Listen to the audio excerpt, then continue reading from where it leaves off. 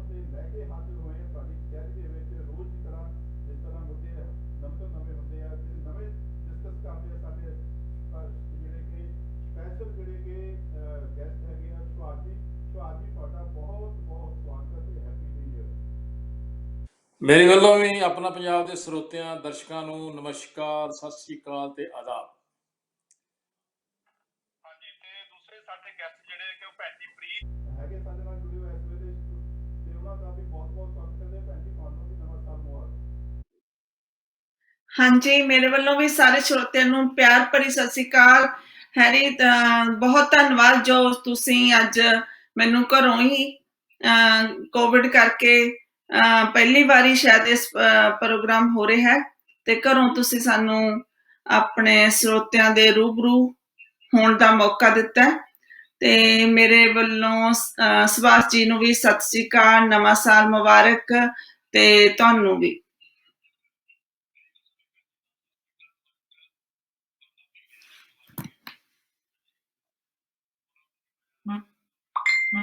Covid ਨੇ ਸਾਨੂੰ ਖਰਾਬ ਕੀਤਾ ਸੀ, ਇਸ ਕਰਕੇ ਬਹੁਤ ਬਹੁਤ ਤੁਹਾਡਾ ਧੰਨਵਾਦ ਤੇ ਵੈਲਕਮ ਟੂ ਦੀ ਸ਼ੋਅ।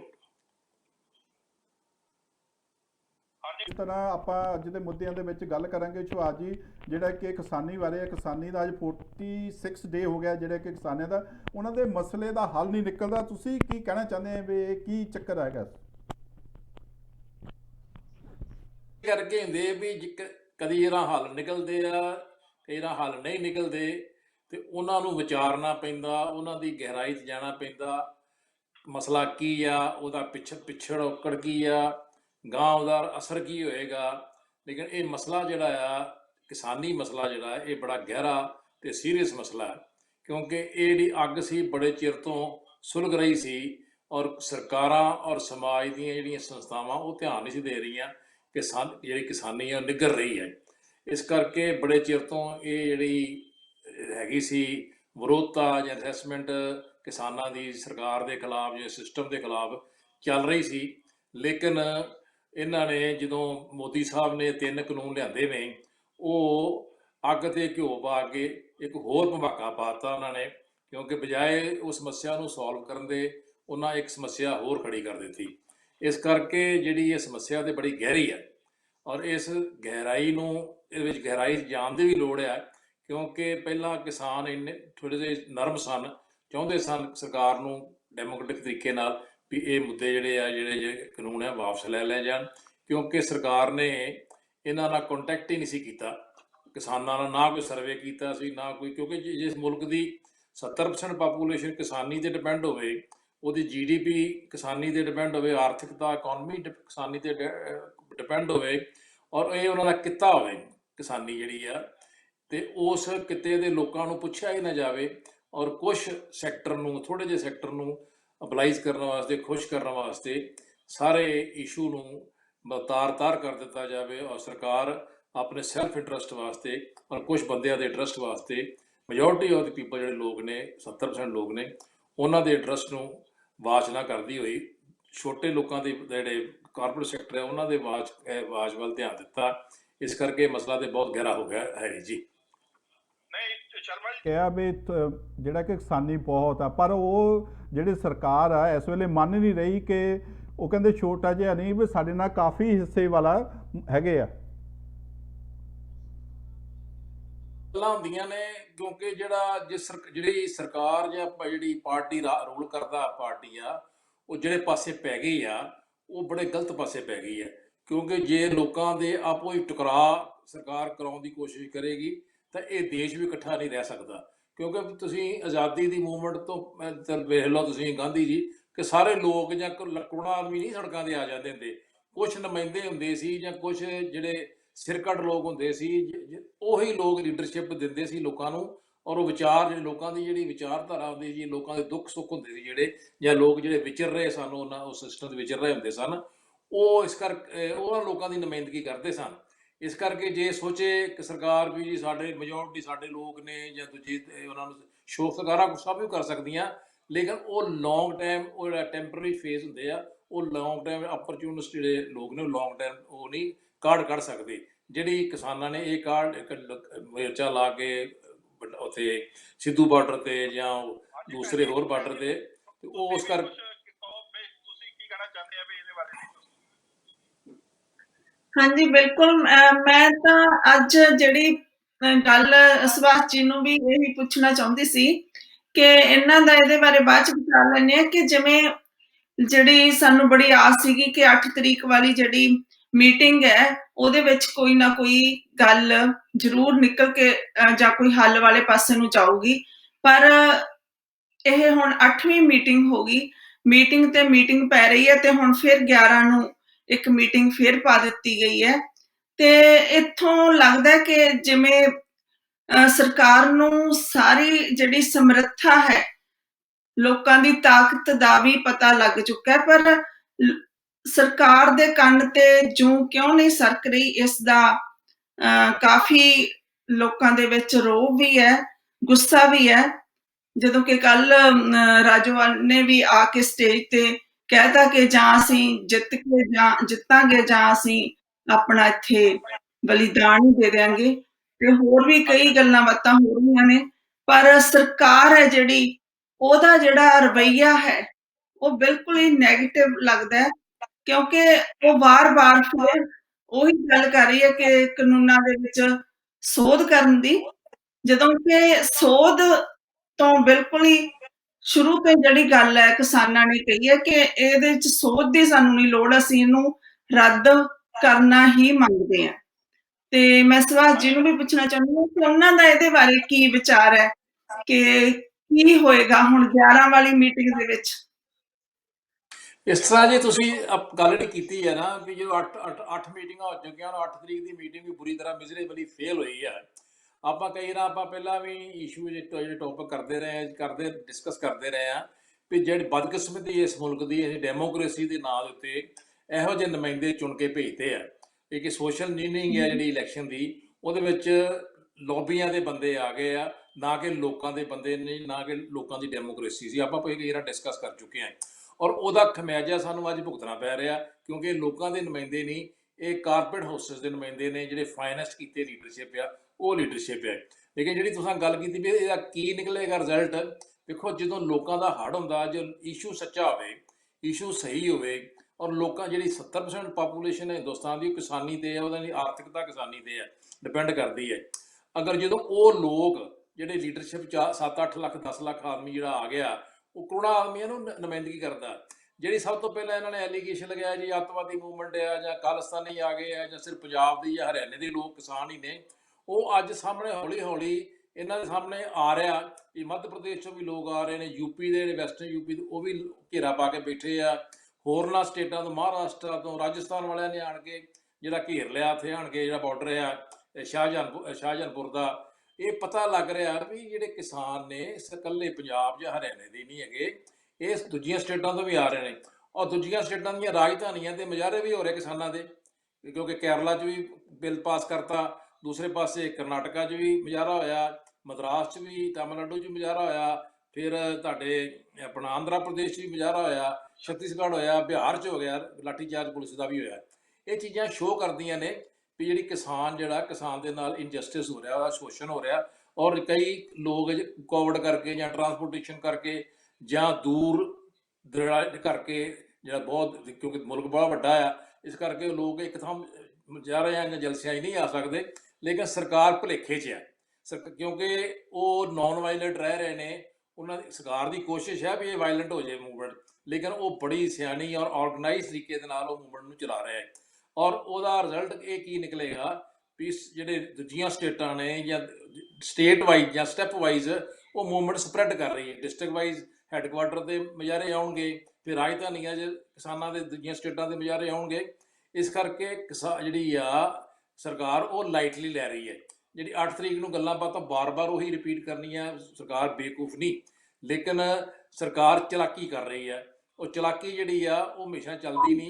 ਮੈਂ ਤੁਹਾਨੂੰ ਸੌਰੀ ਵਿੱਚ ਰੋਕਾਂਗੀ ਕਿ ਬਰਾਬਰ ਦੀ ਧਿਰ ਜਿਹੜੀ ਖੜੀ ਕਰਨੀ ਜਾਂ ਉਹਦੇ ਵਿੱਚ ਕੀ ਹੈ ਕਿ ਕਿਸਾਨ ਇੱਕ ਵੱਖਰੇ ਤਰ੍ਹਾਂ ਮਤਲਬ ਇੱਕ ਪਹਾੜੇ ਦੇ ਆਪਾਂ ਜਿਵੇਂ ਕਹਿੰਦੇ ਕਿਸਾਨ, ਉਹਨਾਂ ਨੂੰ ਲੈ ਕੇ ਵੱਖਰੀ ਧਿਰ ਖੜੀ ਕਰਨ ਦੀ ਜਿਹੜੀ ਚਾਲ ਹੈ, ਜਿਹੜੀ ਸਰਕਾਰ ਚੱਲ ਰਹੀ ਹੈ, ਤੇ ਨਾਲ ਦੀ ਨਾਲ ਜਿਵੇਂ ਧਾਰਮਿਕ ਹੋਰ ਆਗੂਆਂ ਨੂੰ ਨਾਲ ਲੈਣਾ, ਜਿਵੇਂ ਬਾਬਾ ਲੱਖਾ ਸਿੰਘ ਵੀ ਖੇਤੀ ਮੰਤਰੀ ਨੂੰ ਮਿਲੇ, ਜਿਹੜੀ ਨਾਨਕ ਸਰ ਦੀ ਇੱਕ ਸੰਸਥਾ ਹੈ, ਜਾਂ ਹੋਰ ਕੁਝ ਸਿਆਸੀ ਪਾਰਟੀਆਂ ਨੂੰ ਨਾਲ ਲੈਣਾ ਤੇ ਉਹਨੂੰ ਜਾਣਬੁੱਝ ਕੇ ਲੰਮਾ ਪਾਉਣ ਦਾ ਜਿਹੜਾ ਉਹਨਾਂ ਦਾ ਸਕੀਮ ਹੈ, ਤੁਹਾਨੂੰ ਲੱਗਦਾ ਕਿ ਇਹ ਸਕੀਮ ਕੋਈ ਸਿਰੇ ਚੜ ਸਕਦੀ ਹੈ?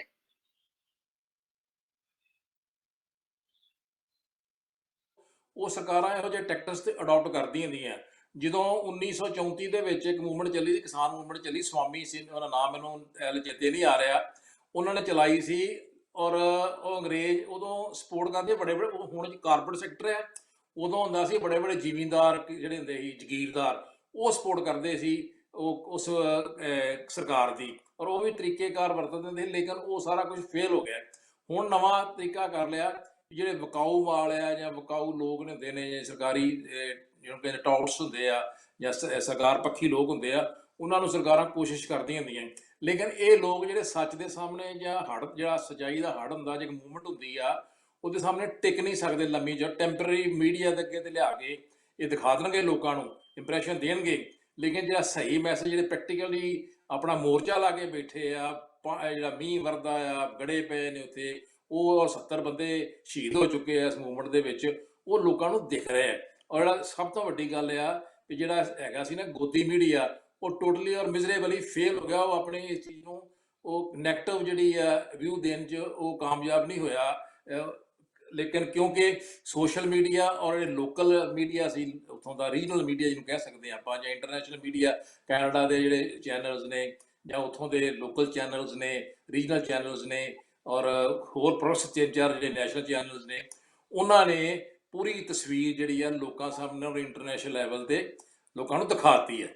ਔਰ ਉਹਦਾ ਰਿਜ਼ਲਟ ਇਹ ਨਿਕਲਿਆ ਵੀ ਇਹ ਜਿਹੜਾ ਮਸਲਾ ਆ ਜਾਂ ਇਹ ਮੂਵਮੈਂਟ ਆ, ਇਹ ਇੰਟਰਨੈਸ਼ਨਲ ਲੈਵਲ 'ਤੇ ਜਾ ਚੁੱਕੀ ਹੈ। ਔਰ ਦੂਸਰੀ ਸਰਕਾਰਾਂ ਜਿਹੜੀਆਂ ਨੇ ਵਰਲਡ ਦੀਆਂ, ਚਾਹੇ ਜਿਸ ਤਰ੍ਹਾਂ ਵੇਖੋ ਨਾ, ਇੰਗਲੈਂਡ ਦੇ ਪ੍ਰਾਈਮ ਮਿਨਿਸਟਰ ਨੇ ਆਪਣੀ ਵਿਜ਼ਿਟ ਕੈਂਸਲ ਕਰਤੀ, ਔਰ ਅਮਰੀਕਾ ਦੇ ਕਾਂਗਰਸ ਨੇ ਵੀ ਇਹਨਾਂ ਨੂੰ ਵਾਰਨ ਕੀਤਾ, ਆਸਟ੍ਰੇਲੀਆ ਨੇ ਵੀ ਵਾਰਨ ਕੀਤਾ, ਕੈਨੇਡਾ ਦਾ ਪ੍ਰਾਈਮ ਮਿਨਿਸਟਰ ਆਲਰੇਡੀ ਕਹਿ ਚੁੱਕਾ, ਔਰ ਡਿਫੈਂਸ ਮਿਨਿਸਟਰ ਕਹਿ ਚੁੱਕੇ ਨੇ ਕਿ ਵੀ ਤੁਸੀਂ ਇਹਨਾਂ ਲੋਕਾਂ ਨੂੰ ਨਿਆਂ ਦਿਓ। ਇਹ ਜਦੋਂ ਮੂਵਮੈਂਟਾਂ ਪਰ ਸ਼ਿਵਾਜ ਜੀ ਜਿਹੜਾ ਅਸੀਂ ਮੰਨਦੇ ਹਾਂ ਵੀ ਇੰਟਰਨੈਸ਼ਨਲ ਇਹ ਮੁੱਦਾ ਹੋ ਚੁੱਕਾ ਆ, ਬਟ ਇੱਕ ਪਾਸੇ ਤਾਂ ਜਿਹੜੀਆਂ ਕਿਸਾਨ ਯੂਨੀਅਨ ਆ, ਉਹ ਇੱਕ ਪਾਸੇ ਤਾਂ ਮੀਟਿੰਗਾਂ ਕਰਦੀ ਆ, ਦੂਸਰੇ ਪਾਸੇ ਪ੍ਰਦਰਸ਼ਨ ਵੀ ਦਿਖਾਉਂਦੀ ਆ। ਜਿਹੜਾ ਟਰੈਕਟਰ ਰੈਲੀ ਕੀਤੀ ਆ, ਉਹਦਾ ਕੀ ਮਤਲਬ ਸੀਗਾ ਵੀ ਸਰਕਾਰ ਨੂੰ ਦਬਾਅ ਪਾਉਣਾ ਕਿ ਕੀ ਸ਼ੋਅ ਕਰਨਾ ਵੇ ਇਹਦੇ ਵਿੱਚ? ਜਿਹੜੀ ਹੁੰਦੀ ਹੈ ਨਾ ਟ੍ਰੇਡ ਯੂਨੀਅਨ ਜਾਂ ਲੇਬਰ ਯੂਨੀਅਨ ਜਾਂ ਕੋਈ ਵੀ ਯੂਨੀਅਨ ਹੁੰਦੀਆਂ ਨੇ, ਆਰਗੇਨਾਈਜੇਸ਼ਨ, ਐਸੋਸੀਏਸ਼ਨ ਹੁੰਦੀਆਂ ਨੇ, ਉਹ ਵੇਖੋ ਇਹ ਕੋਈ ਸਿਸਟਮ ਨੂੰ ਚੇਂਜ ਕ੍ਰਾਂਤੀ ਵਾਸਤੇ ਤੇ ਜਾ ਨਹੀਂ ਰਹੇ। ਇਹ ਸਿਰਫ ਦਬਾਅ ਹੀ ਹੁੰਦਾ ਹਮੇਸ਼ਾ, ਯੂਨੀਅਨਸ ਦਾ ਪ੍ਰੈਸ਼ਰ ਹੁੰਦਾ ਆ ਵੀ ਤੁਸੀਂ ਲੋਕ ਜਿਹੜੇ ਨੇ, ਡੈਮੋਕ੍ਰੇਸੀ ਵਿੱਚ ਹੁੰਦਾ ਕੀ ਹੈ, right of protest, right of speech, right of expression, ਉਹ ਹੁੰਦਾ। ਤੁਸੀਂ ਡੈਮੋਨਸਟ੍ਰੇਸ਼ਨ ਵੀ, ਰਾਈਟ ਆਫ ਡੈਮੋਨਸਟ੍ਰੇਸ਼ਨ ਵੀ ਹੁੰਦਾ ਡੈਮੋਕ੍ਰੇਸੀ ਵਿੱਚ। ਜਦੋਂ ਇਹ ਸਰਕਾਰਾਂ ਇਹਨਾਂ ਚੀਜ਼ਾਂ ਨੂੰ ਕਰਟੇਲ ਕਰਦੀਆਂ, ਰੋਕਦੀਆਂ ਨੇ, ਤੇ ਉਦੋਂ ਇਹ ਇਸ਼ੂ ਭਖਦਾ ਆ। ਜਿਹੜੀ ਟਰੈਕਟਰ ਟਰਾਲੀ ਸੀ, ਇਹ ਵੀ ਇੱਕ ਕਿਸਮ ਦਾ ਪ੍ਰੈਸ਼ਰ ਹੀ ਕਹਿ ਸਕਦੇ ਹਾਂ ਆਪਾਂ, ਔਰ ਇਹ ਵੀ ਸ਼ੋਅ ਕਰ ਸਕਦੇ ਵੀ ਅਸੀਂ ਐਡੇ ਕਮਜ਼ੋਰ ਨੇ ਵੀ ਜੇ ਸਾਨੂੰ ਲਾਠੀਆਂ ਨਾਲ ਜਾਂ ਡਾਂਗਾਂ ਨਾਲ ਜਾਂ ਟੀਅਰ ਗੈਸ ਨਾਲ ਤੁਸੀਂ ਦਬਾ ਲੋਗੇ। ਹੁਣ ਇੱਕ ਇਸ਼ੂ ਐਸਾ ਆ ਗਿਆ ਔਰ ਇੱਕ ਪ੍ਰੈਸਟੀ ਬਣ ਗਈ ਹੈ ਕਿ ਅਸੀਂ, ਕਿਉਂਕਿ ਜ਼ਿੰਦਗੀ ਮੌਤ ਦਾ ਸਵਾਲ ਹੈ, ਨੈਕਸਟ ਜਨਰੇਸ਼ਨ ਦੇ ਫੀਡਿੰਗ ਦਾ ਸਵਾਲ ਆ, ਉਹਨਾਂ ਦੇ ਫਿਊਚਰ ਦਾ ਸਵਾਲ ਆ, ਉਹਨਾਂ ਦੀ ਆਰਥਿਕਤਾ ਦਾ ਸਵਾਲ ਆ, ਉਹਨਾਂ ਦੇ ਧੰਦੇ ਦਾ ਸਵਾਲ ਆ। ਜਦੋਂ ਪੇਟ ਦਾ ਸਵਾਲ ਜਦੋਂ ਆ ਜਾਂਦਾ ਨਾ, ਉਦੋਂ ਬੰਦਾ ਜਾਂ ਮੌਤ ਤੇ ਜਾਂ ਫਿਰ ਉਹ ਹੱਲ ਜਿਹੜਾ ਅਚੀਵ ਕਰਨਾ, ਉਹਦੇ ਅੱਗੇ ਉਹ ਟਾਰਗੇਟ ਰਹਿ ਜਾਂਦਾ। ਔਰ ਇਸ ਕਰਕੇ ਇਹ ਪ੍ਰੈਸ਼ਰ ਵੀ ਆ ਟਰੈਕਟਰ ਟਰਾਲੀ ਦਾ ਸਰਕਾਰ ਦੇ ਉੱਤੇ, ਔਰ ਆਪਣਾ ਵਿਚਾਰਧਾਰਾ ਨੂੰ ਜਿਹੜਾ ਪੋਜ਼ਿਟਿਵ ਤਰੀਕੇ ਨਾਲ, ਸਭ ਤੋਂ ਵੱਡੀ ਗੱਲ ਹੈ ਜਿਹੜੀ ਆਰਗੇਨਾਈਜੇਸ਼ਨ ਨੇ, ਕਿਸਾਨ ਆਰਗੇਨਾਈਜੇਸ਼ਨ ਨੇ, ਉਹ ਪ੍ਰੋਜੈਕਟ ਕਰ ਰਹੀਆਂ ਨੇ ਇੰਟਰਨੈਸ਼ਨਲ ਪਲੇਟਫਾਰਮ ਦੇ। ਡੈਮੋਕ੍ਰੈਟਿਕ ਪਲੇਟਫਾਰਮ ਹੈ ਸਾਰਾ ਵਰਲਡ ਦਾ, ਡੈਮੋਕ੍ਰੇਸੀ ਦੂਜੀਆਂ ਕੰਟਰੀਜ਼ ਵੀ ਨੇ, ਉਹ ਪ੍ਰੋਟੈਸਟ ਕਰ ਰਹੀਆਂ ਨੇ, ਉਹ ਸ਼ੋਅ ਕਰ ਰਹੀਆਂ ਨੇ। ਇਸ ਕਰਕੇ ਸਰਕਾਰ ਨੂੰ ਭੈਣ ਜੀ, ਪ੍ਰੀਤ ਜੀ, ਤੁਸੀਂ ਵੀ ਇੱਥੇ ਰੈਲੀਆਂ 'ਚ ਗਏ ਆ, ਇਹਨਾਂ ਵਿੱਚੋਂ ਕੀ ਸ਼ੋਅ ਕਰਦੇ ਆ ਵੀ ਜਿਹੜਾ ਕਿ ਕੈਨੇਡਾ ਦੇ ਵਿੱਚ ਵੀ ਤੁਸੀਂ ਕਈ ਮੇਰਾ ਖਿਆਲ ਕਿਸਾਨੀ ਧਰਨਿਆਂ ਤੇ ਗਏ ਆ, ਤੁਹਾਡਾ ਕੀ ਐਕਸਪੀਰੀਅੰਸ ਆ? ਇਹ 26 ਤੋਂ ਇਹ ਅੰਦੋਲਨ ਸ਼ੁਰੂ ਹੋਇਆ ਤੇ ਉਸੇ ਦਿਨ ਤੋਂ ਹੀ ਜਿਹੜੇ ਬਾਹਰਲੇ ਜਿੰਨੀਆਂ ਵੀ ਕੰਟਰੀਜ਼ ਦੇ ਵਿੱਚ ਜਿੱਥੇ ਵੀ ਇੰਡੀਅਨ ਜਾਂ ਪੰਜਾਬੀ ਕਿਸਾਨ ਬੈਠੇ ਨੇ, ਉਹ ਸਾਰਿਆਂ ਨੇ ਆਪਣਾ ਜਿਹੜਾ ਸਹਿਯੋਗ ਹੈ ਜਿਹੜਾ ਉਹ ਦੇਣਾ ਸ਼ੁਰੂ ਕਰਤਾ ਸੀ। ਤੇ ਮੈਂ ਉਸ ਦਿਨ ਤੋਂ ਹੀ ਇਸ ਖਾਸ ਤੌਰ ਤੇ ਸਾਰੀਆਂ ਸੰਸਥਾਵਾਂ ਨਾਲ ਇਨਵੋਲਵ ਹੈ। ਇੱਥੇ ਜਿੰਨੀਆਂ ਵੀ ਚਾਹੇ ਉਹ ਕਿਸੇ ਵੀ ਤਰ੍ਹਾਂ ਦੀਆਂ ਪ੍ਰੋਗਰੈਸਿਵ ਨੇ, ਚਾਹੇ ਕੋਈ ਧਾਰਮਿਕ ਨੇ, ਜਿੰਨੀਆਂ ਵੀ ਸੰਸਥਾਵਾਂ ਨੇ ਉਹ ਵੀ ਇੱਥੇ ਉਸੇ ਹੀ ਏਕਤਾ ਦਾ ਸਬੂਤ ਦੇ ਰਹੀਆਂ ਨੇ ਤੇ ਉਹ ਆਪਣਾ ਪ੍ਰੋਟੈਸਟ ਇੱਥੇ ਵੀ ਸ਼ੁਰੂ ਕੀਤਾ ਤੇ ਉਹਨਾਂ ਨੇ ਜਾ ਕੇ ਆਪਣਾ ਉੱਥੇ ਡਾਊਨਟਾਊਨ ਵੀ ਮੇਰਾ ਖਿਆਲ ਹੈ 4-5 ਰੈਲੀਜ਼ ਹੋ ਚੁੱਕੀਆਂ। ਅੱਜ ਵੀ ਬੜੀ ਸਫਲ ਰੈਲੀ ਜਿਹੜੀ ਹੈ ਧਾਰਮਿਕ ਸੰਸਥਾਵਾਂ ਵੱਲੋਂ ਤੇ ਹੋਰ ਜਿਹੜੀਆਂ ਸੰਸਥਾਵਾਂ ਨੇ ਇਕੱਠੀਆਂ ਇੱਥੇ 15-20 ਸੰਸਥਾਵਾਂ ਇਕੱਠੀਆਂ ਹੋ ਕੇ ਉਹਨਾਂ ਨੇ ਡਾਊਨਟਾਊਨ ਜਾ ਕੇ ਆਪਣਾ ਪ੍ਰੋਟੈਸਟ ਜ਼ਾਹਰ ਕੀਤਾ। ਨਾਲੇ ਉੱਥੇ ਆਪਣੇ ਵੱਲੋਂ ਲਿਖ ਕੇ ਇੱਕ ਜੋ ਵੀ ਮੰਗਾਂ ਨੇ ਵੀ ਮੰਨੀਆਂ ਜਾਣ ਕਿਸਾਨਾਂ ਦੀਆਂ ਤੇ ਜਿਹੜੇ ਕਾਨੂੰਨ ਹੈ ਉਹ ਰੱਦ ਕੀਤੇ ਜਾਣ। ਤੇ ਉਹ ਬਿਲਕੁਲ ਆਪਣਾ ਕੋਈ ਨਹੀਂ ਕਰ ਰਹੀਆਂ, ਸਗੋਂ ਉਹ ਆਪਣੀ ਏਕਤਾ ਸ਼ੋਅ ਕਰਕੇ ਸਿਰਫ ਕਿਸਾਨਾਂ ਦੇ ਨਾਲ ਜਿਹੜੀ ਕਿਸਾਨਾਂ ਦੀ ਸੰਸਥਾ ਹੈ ਉੱਥੇ ਰਾਜੋਆਣਾ ਜਿਹੜੀ ਉਹ ਪ੍ਰੋਟੈਸਟ ਨੂੰ ਚਲਾ ਰਹੀ ਹੈ ਉਹਨਾਂ ਦਾ ਹੀ ਸਹਿਯੋਗ ਕਰ ਰਹੀਆਂ ਨੇ। ਤੇ ਮੈਨੂੰ ਲੱਗਦਾ ਕਿ ਇਹ ਹੁਣ ਕੱਲਾ ਕਿਸਾਨਾਂ ਦਾ ਸੰਘਰਸ਼ ਨਹੀਂ ਰਿਹਾ। ਮੈਂ ਇੱਕ ਗੱਲ ਹੋਰ ਐਡ ਕਰਨਾ ਚਾਹੁੰਦੀ ਹਾਂ ਕਿ ਜਿਵੇਂ ਵੈਸੇ ਤਾਂ ਕਿਸਾਨ ਸਾਡੇ ਜਿਹੜਾ ਇੰਡੀਆ ਹੈ 70% ਲੋਕ ਹੈ ਜਿਹੜੇ ਕਿਸਾਨੀ ਨਾਲ ਸੰਬੰਧਿਤ ਨੇ, ਪਰ ਇਹ ਕੱਲਾ ਕਿਸਾਨਾਂ ਦਾ ਹੀ ਮੁੱਦਾ ਨਹੀਂ ਰਹਿ ਗਿਆ। ਇਹਦੇ ਨਾਲ ਹੋਰ ਵੀ ਸਾਰੇ ਜਿਹੜੇ ਅਸੀਂ ਜੁੜੇ ਹੋਏ ਆ। ਮੈਂ ਕਹਿੰਦੀ ਹਾਂ ਕਿ ਸਾਰੇ ਜਨਹਿਤ ਜਿੰਨਾ ਵੀ ਸਾਡਾ ਇੰਡੀਆ ਦੇ ਲੋਕ ਨੇ ਉਹ ਸਾਰਿਆਂ ਦਾ ਹੀ ਮਸਲਾ ਹੋ ਚੁੱਕਾ ਹੈ। ਤੇ ਇਸ ਕਰਕੇ ਇਹਦੇ ਨਾਲ ਸਾਰੇ, ਚਾਹੇ ਉਹ ਕਿਸਾਨ ਨੇ, ਚਾਹੇ ਉਹ ਵਪਾਰੀ ਨੇ, ਚਾਹੇ ਉਹ ਆਮ ਸਧਾਰਨ ਨੌਕਰੀ ਪੇਸ਼ਾ ਲੋਕ ਨੇ, ਹਰ ਵਰਗ ਹੈ ਜਿਹੜਾ ਉਹ ਇਸ ਕਿਸਾਨੀ ਅੰਦੋਲਨ ਦੇ ਨਾਲ ਜੁੜ ਗਿਆ, ਭਾਵਕ ਤੌਰ ਤੇ ਵੀ ਤੇ ਸਿਧਾਂਤਕ ਤੌਰ ਤੇ ਵੀ, ਕਿਉਂਕਿ ਉਹਨਾਂ ਨੂੰ ਇਹ ਪੂਰਾ ਪਤਾ ਲੱਗ ਚੁੱਕਾ। ਪਰ ਜਿਨ੍ਹਾਂ ਨੂੰ ਨਹੀਂ ਪਤਾ ਲੱਗਿਆ ਹਜੇ, ਜਾਂ ਜਿਨ੍ਹਾਂ ਨੂੰ ਲੱਗਦਾ ਕਿ ਕਿਸਾਨਾਂ ਦਾ ਹੀ ਅੰਦੋਲਨ ਹੈ, ਮੇਰਾ ਖਿਆਲ ਹੈ ਉਹਨਾਂ ਨੂੰ ਵੀ ਅਸੀਂ ਇਹ ਦੱਸ ਦੇਣਾ ਚਾਹੁੰਦੇ ਹਾਂ ਕਿ ਇਹ ਕੱਲਾ ਕਿਸਾਨਾਂ ਦੀ ਪ੍ਰੋਬਲਮ ਨਹੀਂ ਹੈ, ਇਹ ਸਾਰੇ ਸਾਡੇ ਉੱਥੋਂ ਦੇ ਹਰ ਇਨਸਾਨ ਦੀ ਹੈ। ਇਹ ਇਨਸਾਨ ਦੇ ਕਿਸੇ ਵੀ ਬੰਦੇ ਦੇ ਹਿੱਤ ਦੇ ਵਿੱਚ ਨਹੀਂ ਹੈ। ਇਹ ਜਿਹੜਾ ਸਾਡਾ ਇੰਡੀਆ ਦਾ ਸੱਭਿਆਚਾਰ, ਸਾਡਾ ਉੱਥੋਂ ਦਾ ਕਲਚਰ ਹੀ ਵੱਖਰਾ, ਭਾਵੇਂ ਕਈ ਵਾਰੀ ਕੁਛ ਜਿਹੜੀਆਂ ਪੋਲੀਟੀਕਲ ਧਿਰਾਂ ਨੇ ਉਹ ਇਸ ਗੱਲ ਨੂੰ ਇਹ ਬਣਾਉਣਾ ਚਾਹੁੰਦੀਆਂ ਕਿ ਇਹ ਸਿਰਫ ਜੇ ਮਤਲਬ ਕਿਸਾਨਾਂ ਚ ਹੈ, ਜਦੋਂ ਕਿ ਸਰਕਾਰ ਵੀ ਨੂੰ ਵਾਰ-ਵਾਰ ਇਹ ਦਮਦੀ ਹੈ, ਕੋਸ਼ਿਸ਼ ਕਰਦੀ ਹੈ ਸਾਨੂੰ ਸਮਝਾਉਣ ਕਿ ਇਹ ਅਸੀਂ ਬਿੱਲ ਪਾਸ ਕਿਸਾਨਾਂ ਦੇ ਹਿੱਤ ਚ ਹੈ। ਜਦੋਂ ਕਿ ਕਿਸਾਨਾਂ ਦੇ ਹਿੱਤ ਚ ਉਹ ਦੱਸਣ ਦੀ ਕੋਸ਼ਿਸ਼ ਕਰਦੀ ਹੈ ਤਾਂ ਉਹ ਨਾਲ ਇਹ ਵੀ ਕਹਿੰਦੀ ਹੈ ਕਿ ਜਿਵੇਂ ਅਮਰੀਕਾ ਦੇ ਵਿੱਚ ਜਾਂ ਹੋਰ ਬਾਹਰਲੇ ਮੁਲਕਾਂ ਦੇ ਵਿੱਚ ਇਹ ਹੈ। ਪਰ ਜਿਹੜਾ ਬਾਹਰਲੇ, ਮੈਂ ਇਹ ਗੱਲ ਅਸੀਂ ਦੱਸਣਾ ਚਾਹੁੰਦੇ ਹਾਂ ਕਿ ਬਾਹਰਲੇ ਜਿਹੜੇ ਮੁਲਕ ਨੇ, ਚਾਹੇ ਅਮਰੀਕਾ ਚਾਹੇ ਕੈਨੇਡਾ, ਉੱਥੋਂ ਦਾ ਸਿਸਟਮ ਇੰਡੀਅਨ ਸਿਸਟਮ ਦਾ ਬਹੁਤ ਜ਼ਿਆਦਾ ਫਰਕ ਹੈ। ਸਾਡਾ ਜਿਹੜਾ ਇੰਡੀਆ ਦਾ ਸਿਸਟਮ ਹੈ, ਜਿਹੜੇ ਅਸੀਂ ਜ਼ਿਆਦਾ ਲੋਕ ਆਪਣੇ ਜ਼ਿਆਦਾ ਕਰਕੇ ਕਿਸਾਨੀ ਕਿੱਤੇ ਨਾਲ ਬਿਲੋਂਗ ਕਰਦੇ ਆ। ਇਵਨ ਕਿ ਸਾਡੇ ਬਿਜ਼ਨਸ ਵੀ ਸਾਡੀਆਂ ਹਰਾਂ ਦੀਆਂ ਜਿਹੜਾ ਕਿਸਾਨੀ ਮੁੱਦਾ ਆ, ਇਹ ਕੱਲਾ ਕਿਸਾਨੀਆਂ ਤੇ ਨਹੀਂ, ਜਿਸ ਤਰ੍ਹਾਂ ਤੁਸੀਂ ਕਿਹਾ ਕੱਲਾ ਕਿਸਾਨੀਆਂ ਦਾ ਨਹੀਂ, ਸਾਰੇ ਵਰਗ ਦਾ ਹੈਗਾ ਆ। ਸੁਭਾਸ਼ ਜੀ, ਮੇਰਾ ਖਿਆਲ ਇਹ ਕੱਲੇ ਵਰਗ ਦਾ ਹੈ, ਕਿਉਂਕਿ ਇੱਕ ਜਿਹੜਾ ਕਿ ਜੇ ਇੱਕ ਕੀਮਤ ਵਧੀ ਜਾਵੇਗੀ ਤੇ ਉਹ ਆਮ ਇਨਸਾਨਾਂ ਤੇ ਵੀ ਪੈਣਾ ਆ, ਉਹ ਕੱਲੇ ਕਿਸਾਨੀ ਤੇ ਨਹੀਂ ਪੈਣਾ, ਕੱਲੇ ਕਿਸੇ ਤੇ ਨਹੀਂ ਪੈਣਾ। ਜੋ ਚੀਜ਼ਾਂ ਮਹਿੰਗੀਆਂ ਹੋ ਗਈਆਂ ਤਾਂ ਸਾਰਿਆਂ ਤੇ ਪੈਣਾ, ਕੱਲੇ ਕਿਸਾਨੀ ਤੇ ਨਹੀਂ ਪੈਣਾ। ਕਿਸਾਨ ਇਸ ਕਰਕੇ ਅੱਜ ਲੜ ਰਹੇ ਆ ਕਿ ਗਰੀਬ ਤਬਕਾ ਜਿਹੜਾ ਕਿ ਉਹ ਸਟਰਗਲ ਨਾ ਕਰੇ ਆਉਣ ਵਾਲੇ ਟਾਈਮ ਦੇ ਵਿੱਚ। ਕਿਉਂ ਸੁਭਾਸ਼ ਜੀ? ਨਹੀਂ, ਇਹਦੇ ਵਿੱਚ ਹਾਲੇ ਸਵਾਲ ਪਹਿਲਾਂ ਕੀਤਾ ਸੀ ਨਾ ਵੀ ਮਤਲਬ ਦੂਜੇ ਇਹਦੇ ਵਿੱਚ ਕੀ ਹੈ, ਇਤਿਹਾਸ ਹੈ ਸਾਡਾ। ਜਦੋਂ ਦੇਸ਼ ਦੀ ਆਜ਼ਾਦੀ ਵਾਸਤੇ ਵੀ ਜਦੋਂ ਹੋਇਆ ਨਾ ਲੜਾਈ, ਉਦੋਂ ਵੀ ਵਿਦੇਸ਼ਾਂ 'ਚੋਂ ਸਪੋਰਟ ਮਿਲਦੀ। ਗਦਰ ਪਾਰਟੀ ਦੇ ਉਦਾਹਰਨ ਆ ਕਰਤਾਰ ਸਿੰਘ ਸਰਾਭਾ ਜਾਂ ਆਪਣੇ ਲਾਲਾ ਹਰਦਿਆਲ ਜਾਂ ਆਪਣੇ ਬਾਬੇ ਸਨ ਜਿਹੜੇ ਗਦਰੀ ਬਾਬੇ, ਉਹ ਵੀ ਇੱਕ ਇਤਿਹਾਸ ਹੈ। ਜਿਹੜੀ ਤੁਸੀਂ ਗੱਲ ਮਹਿੰਗਾਈ ਦੀ ਗੱਲ ਕੀਤੀ ਹੈ ਨਾ, ਦੇਖੋ ਮਹਿੰਗਾਈ ਜਿਹੜੀ ਆ ਉਹ ਤੇ ਹੋਣੀ ਆ।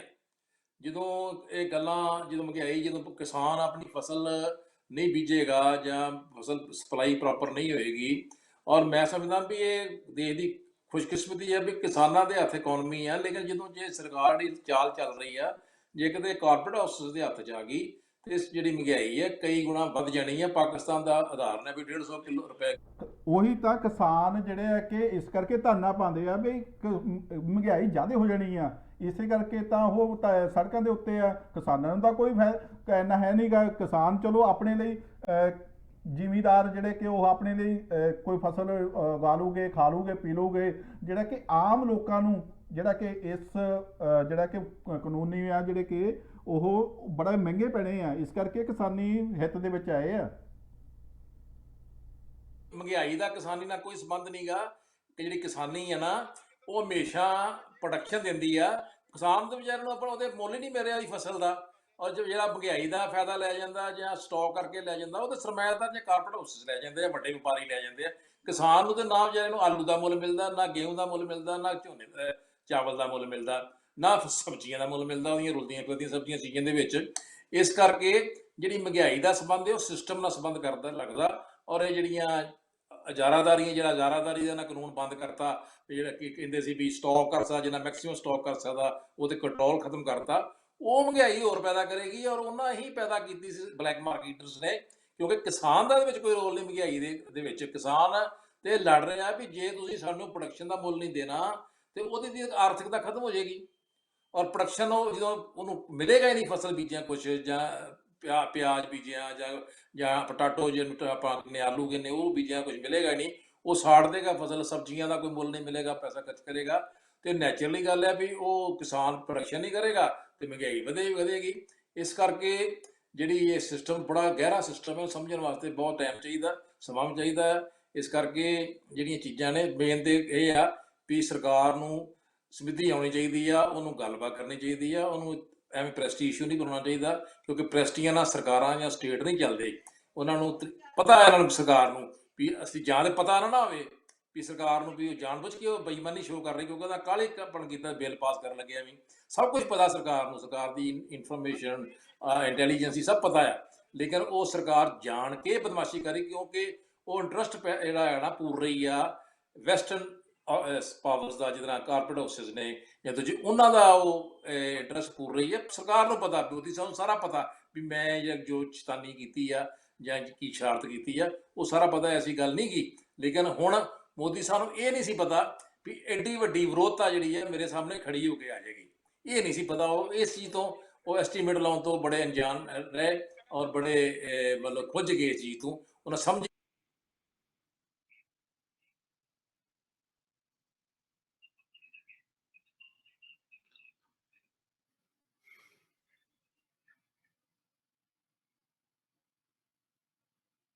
ਹਾਂਜੀ ਤੁਸੀਂ ਇਹ ਹਾਂਜੀ ਜਿਹੜਾ ਕਿ ਉਹ ਰੈਲੀ ਆ 26 ਜਨਵਰੀ ਨੂੰ ਹੋਣੀ ਹੈ ਤੇ ਉਹਦੇ ਬਾਰੇ ਤੁਸੀਂ ਕੀ ਕਹਿਣਾ ਚਾਹੁੰਦੇ ਆ?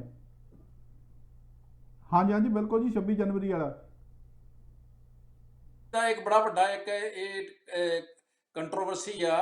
ਜਦੋਂ ਉਹਨਾਂ ਨੇ ਕਿਸਾਨਾਂ ਨੇ ਕਿਹਾ ਵੀ ਅਸੀਂ ਤਿਰੰਗਾ ਝੰਡਾ ਲੈ ਕੇ ਜਿਹੜਾ ਨਾ ਉਹ ਅਸੀਂ ਮਾਰਚ ਕਰਾਂਗੇ, ਔਰ ਜਦੋਂ ਤਿਰੰਗਾ ਝੰਡਾ ਕਿਸਾਨ ਲੈ ਕੇ ਚੱਲਣਗੇ ਔਰ ਉਹਨਾਂ ਮੇਰੀਆਂ ਭੈਣਾਂ ਜਾਂ ਮਾਤਾਵਾਂ ਭੈਣਾਂ ਚੱਲਣਗੀਆਂ ਟਰੈਕਟਰਾਂ ਦੇ ਟਰਾਲੀਆਂ ਦੇ, ਤੇ ਉਹ ਤਿਰੰਗੇ ਝੰਡੇ ਤੇ ਕਿੱਦਾਂ ਗੋਲੀ ਚਲਾ ਦੇਣਗੇ। ਇਹ ਬੜਾ ਵੱਡਾ ਇੱਕ ਡਾਇਲੇਮਾ ਖੜਾ ਹੋ ਗਿਆ ਸਰਕਾਰ ਦੇ ਸਾਹਮਣੇ। ਅਗਰ ਉਹ ਤੇ ਉੱਥੇ ਕਿੱਦਾਂ ਲੈ ਕੇ ਜਾਓਗੇ ਟਰੈਕਟਰ ਟਰਾਲੀਆਂ, ਕਿੱਦਾਂ ਮੈਨੂੰ ਦੱਸੋਗੇ ਕਿੱਦਾਂ ਲੈ ਕੇ ਜਾਓਗੇ ਟਰੈਕਟਰ ਟਰਾਲੀਆਂ? ਉਹ ਅਲਾਉ ਕਰ ਦੋਗੇ ਸਰਕਾਰ? ਕਰ ਸਕਦੀ, ਇੰਨਾ ਖੱਪ ਪੈਣੀ ਨਹੀਂ ਸੀ। ਉਹਦੇ ਬੋਟ ਕਲੱਬ ਦੇ ਵਿੱਚ ਇਹਨਾਂ ਨੂੰ ਪਰਮਿਸ਼ਨ ਦੇ ਦਿੰਦੇ, ਲੋਕੀ ਉੱਥੇ ਰੋਜ਼ ਸਪੀਚਾਂ ਕਰਦੇ, ਸੁਣਦੇ, ਲੋਕ ਸੁਣਦੇ, ਲੇਕਿਨ ਸਰਕਾਰ ਨੇ ਤੇ ਜਾਣਬੁੱਝ ਕੇ ਇਹ ਡਰਾਮੇਬਾਜ਼ੀ ਕੀਤੀ ਆ। ਹੁਣ ਸਰਕਾਰ ਨੂੰ ਭੁਗਤਣਾ ਪੈ ਰਿਹਾ। ਔਰ ਜੇ ਇਹ ਟਰੈਕਟਰ ਟਰਾਲੀਆਂ ਦਾ ਕੋਈ ਇਸ਼ੂ ਨਹੀਂ ਸੀ ਹੋਣਾ, ਹੁਣ ਜਦੋਂ ਇਹ ਸਰਕਾਰ ਕਿਸੇ ਗੱਲ ਆਈ ਨਹੀਂ ਰਹੀ, ਮੰਨ ਨਹੀਂ ਰਹੀ, ਤੇ ਉਦੋਂ ਤੇ ਫਿਰ ਕਿਸਾਨਾਂ ਨੇ ਆਪਣੀ ਤਾਕਤ ਤੇ ਦਿਖਾਉਣੀ ਹੈ ਨਾ। ਜਦੋਂ ਸਾਡਾ ਅਸੀਂ ਲੋਕ ਆ, ਅਸੀਂ ਲੋਕਾਂ ਨੇ ਕੁਰਬਾਨੀਆਂ ਕੀਤੀਆਂ ਦੇਸ਼ ਨੂੰ ਯਾਦ ਕਰਨ ਵਾਸਤੇ, ਅਸੀਂ ਦੇਸ਼ ਦੇ ਅੰਨਦਾਤਾ, ਅਸੀਂ ਦੇਸ਼। ਹਾਂਜੀ, ਤੁਹਾਨੂੰ ਨਹੀਂ ਲੱਗਦਾ ਕਿ 11 ਨੂੰ ਜਿਹੜੀ ਮੀਟਿੰਗ ਹੋਣੀ ਆ ਉਹਦੇ ਵਿੱਚ ਕੋਈ ਨਾ ਕੋਈ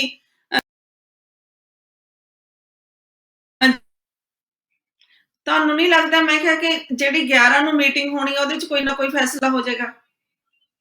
ਪ੍ਰਦਰਸ਼ਨ ਚੱਲਦੇ ਰਹਿਣੇ ਆ, ਮੀਟਿੰਗਾਂ ਚੱਲਦੀਆਂ ਰਹਿਣੀਆਂ, ਮੇਰੇ ਹਿਸਾਬ ਨਾਲ ਤਾਂ ਕੋਈ ਹੱਲ ਨਹੀਂ ਨਿਕਲਣਾ ਕਿਸਾਨਾਂ ਦਾ। ਤੁਸੀਂ ਕੀ ਕਹਿਣਾ ਚਾਹੁੰਦੇ ਆ ਸ਼ਵਾਜ ਜੀ ਤੇ ਪ੍ਰੀਤ ਜੀ? ਤੁਸੀਂ ਆਪਣਾ ਪੱਖ ਰੱਖੋ ਜਰਾ।